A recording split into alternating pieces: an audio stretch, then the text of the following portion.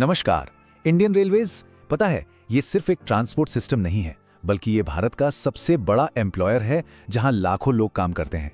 और यहाँ ना सिर्फ एक नौकरी नहीं मिलती, बल्कि एक पूरा का पूरा पैकेज मिलता है, जिसमें अच्छी सैलरी भी है, जबरदस्त फायदे भी हैं और प्रमोशन का एक बिल्कुल साफ रास्ता भी है। तो चलिए आज इसी पैकेज को खोलकर देखते हैं और जानते हैं कि रेलवे का करियर असल में है कैसा।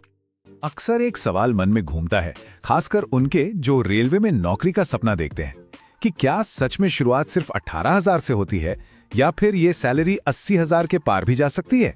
तो आज की इस पूरी बातचीत में हम इसी पहेली को सुलझाने वाले हैं। तो ठीक है, सबसे पहले बात करते हैं पैसे की, है ना।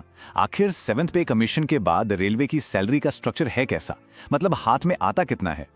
अब जरा इस टेबल पर नजर डालिए, सारी कहानी यहीं पर है। देखिए, लेवल 1 पर एक ट्रैकमैन की बेसिक पे 18,000 से शुरू होती है, जो हाथ में आते आते करीब 28,000 तक बन जाती है। लेकिन कमाल की बात तो यह है कि जैसे ही कोई लेवल 4 या 6 पर पहुंचता है, मान लीजिए असिस्टेंट लोको पायलट या जेई बनता है, सैलरी सीधे सीधे 55,000 तक पहुंच जाती है। और टॉप लेवल पर जैसे कि स्टेशन मास्टर, ये 85,000 को भी पार कर सकती है। मतलब ग्रोथ का रास्ता एकदम साफ साफ दिखाई दे रहा है। अच्छा, तो ये जो बेसिक पे है ना, वो तो बस कहानी की शुरुआत है।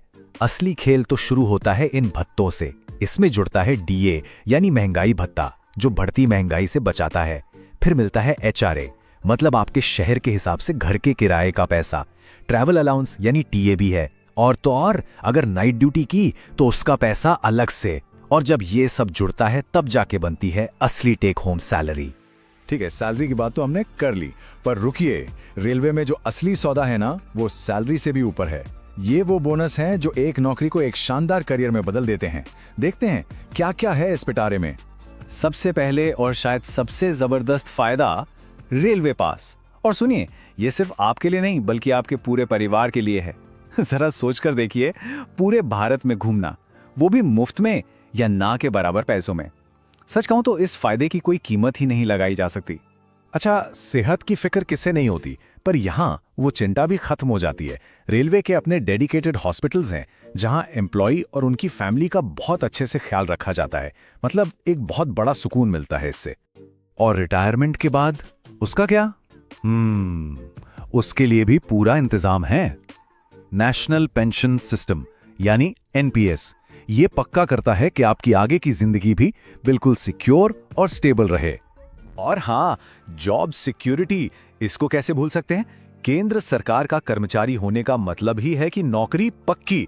और देखिए, आज के जमाने में ये स्टेबिलिटी मिलना ही अपने आप में सबसे बड़ा प्लस पॉइंट है। फिर रहने की बात करें तो पोस्टिंग पे डिपेंड करता है, लेकिन सरकारी क्वार्टर मिलने की भी सुविधा है। आप सोचिए, बड़े बड़े शहरों में किराए का कितना बड़ा खर्चा बच सकता है। तो इतने सारे फायदे हैं, पर अगर किसी एक को चुनना हो तो वो क्या होगा? बिल्कुल, जैसा कि यहाँ लिखा है, लाइफ टाइम ट्रैवल की सुविधा। ये सिर्फ एक फायदा नहीं है, ये तो एक पूरा लाइफस्टाइल बन जाता है जो जिंदगी भर आपके साथ रहता है। तो ठीक है, सैलरी समझ ली, फायदे भी देख लिए। अब अगला बड़ा सवाल आता है ग्रोथ का।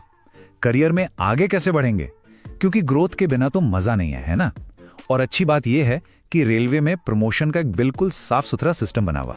तो देखिए, आगे बढ़ने के मोटे मोटे तौर पर 3 रास्ते हैं। पहला तो है सीनियरिटी वाला रास्ता, मतलब 8 से 10 साल की सर्विस हो गई तो प्रमोशन पक्का है।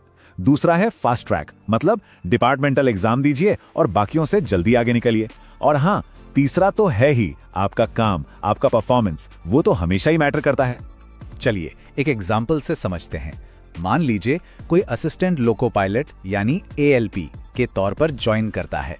कुछ समय बाद प्रमोशन लेकर वो बनता है लोको पायलट, फिर सीनियर लोको पायलट और आगे चलकर लोको इंस्पेक्टर जैसी बड़ी पोस्ट तक भी पहुंच सकता है। मतलब ऊपर जाने की एक एक सीढ़ी बिल्कुल क्लियर है। एक और बहुत बढ़िया एग्जाम्पल है। सोचिए, कोई ग्रुप डी में बतौर ट्रैकमैन भर्ती हुआ है।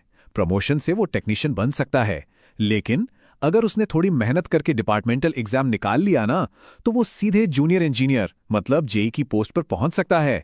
कमाल है ना। लेकिन एक सवाल अभी भी बाकी है, ये जो प्रमोशन है ये होता कितनी तेजी से है? क्या हर डिपार्टमेंट में ग्रोथ की रफ्तार एक जैसी होती है? चलिए देखते हैं।